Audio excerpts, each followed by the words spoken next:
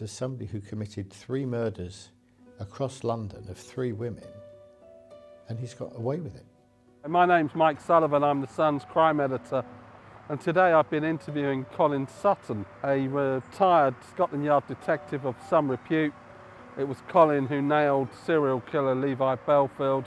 For some retired detectives, there are cases which really burn at them, and the subject matter which I've been talking about with Colin today is such a case. Lynda Farrow, Eve Stratford, Lynne Weedon. 3 brutal unsolved murders. Very similar method of killing. Worked in the West End at clubs.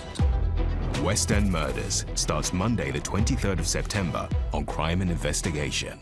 March 1975, Eve Stratford is a bunny girl. She's a cocktail waitress bunny at the Playboy Club in the West End. She lives with her boyfriend and one of his friends in a rented flat in Lyndhurst Drive in Leighton in East London. Tony, her boyfriend, and his friend are out at work driving forklift trucks. She is trying to get her modelling career off the ground, and she has meetings with photographers and editors and her agent. And she gets home before they do. She's seen by neighbours going in after 4 o'clock to the flat. It's an upstairs flat in a big house that's converted into 2.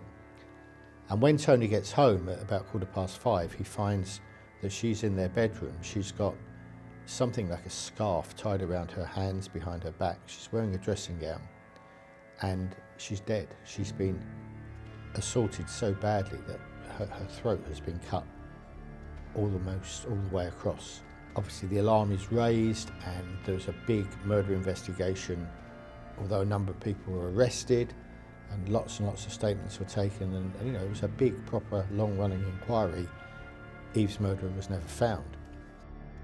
4 years later, and about 4 miles down the road in Woodford, in January 1979, there's a croupier from one of the West End casinos called Lynda Farrow, and she lives in a rented house in Woodford with her partner and her 2 children from her previous marriage, and she's just going through the throes of a divorce. She's got 2 daughters, they're aged 8 and 11 at the time, and she kind of goes missing, I suppose, because she doesn't pick the daughters up from school, and other parents bring them home, and when the girls look in, they see their mum lying dead in the hallway of the house, and she too has had her head virtually severed with such a fearsome wound across her throat. And, you know, it's an 8-year-old and an 11-year-old that find their mother in that condition. You just wonder how people can cope with that. And once again the alarm is raised and police are called, a few people are arrested, lots and lots of inquiries are carried out, but nobody is ever charged. And there is still some fingerprints and palm print evidence from the scene of the murder which have never been eliminated. The police have never been able to find out who the man was who left those prints just right at the scene where Lynn was murdered. And Lynda's mother, called Gladys Hayes, who sadly is no longer with us, she spent the next 40 years or so writing letters to police, to MPs, to newspapers, trying to get some traction behind a continued investigation of her daughter's murder. And that's how I came to it in 2002 when I was working for the Murder Review Group in the Met Police.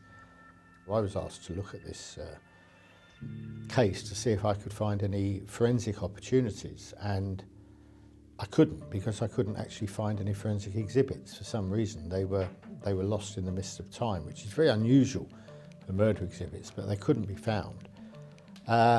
Yet I looked at the papers and read them, and the more I read them, I thought, you know, this is a case where there is potential. There are potentially lines of inquiry which could still be mounted, even as it was then, sort of 30 odd years on.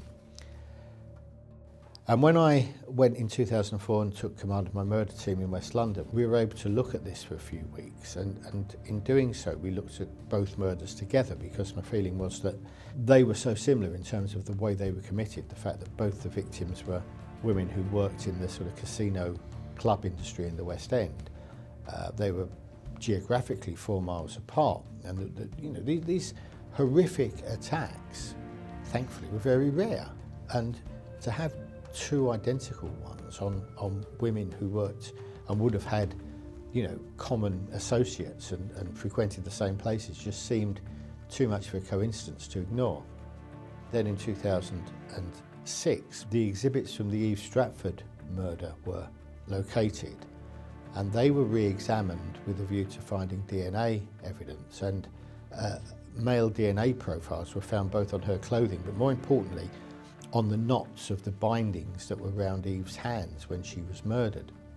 And so the logic there is, of course, that the person who tied her up had left his DNA there was either going to be the murderer or somebody who was there when she was murdered. And that profile was loaded onto the national database and found a match with an unsolved murder from September 1975, so about 6 months after Eve was murdered. But that was right across in the other side of London, in Hounslow.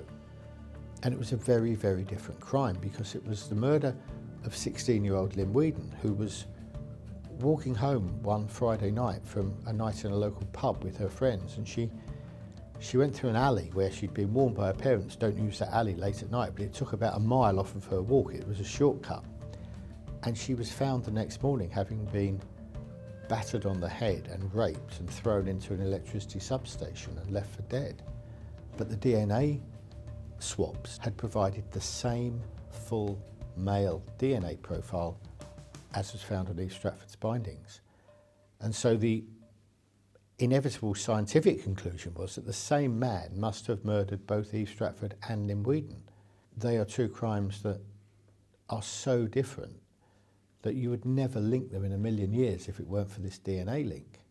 So what this means is that since 1975, there's somebody who committed 3 murders in the space of less than 4 years across London of 3 women, and he's got away with it.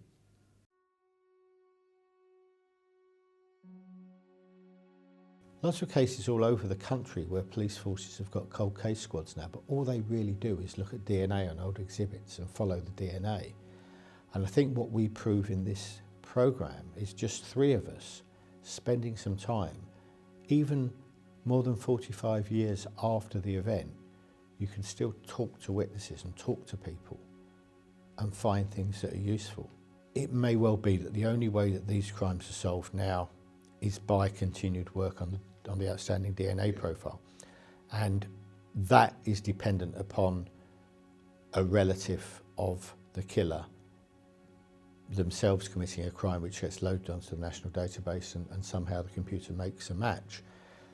If that doesn't happen, say for example, if that killer was brought in from abroad and then went back abroad again, or indeed if he himself died shortly after committing these crimes, then that opportunity probably won't be there, and it's not going to be very long before all the witnesses have passed on as well. It's going to be 50 years next year, and you have to say that with each passing year, the chances of it being solved become less and less likely. What we achieved was we were able to send quite a comprehensive report to the Metropolitan Police to say, look, there are these avenues that might yield things. There's somebody that hasn't really been eliminated and ought to be, because unless you clear him out of the way, you're not going to be able to look for the person who did it. And, you know, it was a bit of a battle. They are very busy and they didn't take kindly really to it. But what we've achieved is putting this case back on the agenda, and maybe one day now still there will be some justice for Lynne and Lynda and Eve.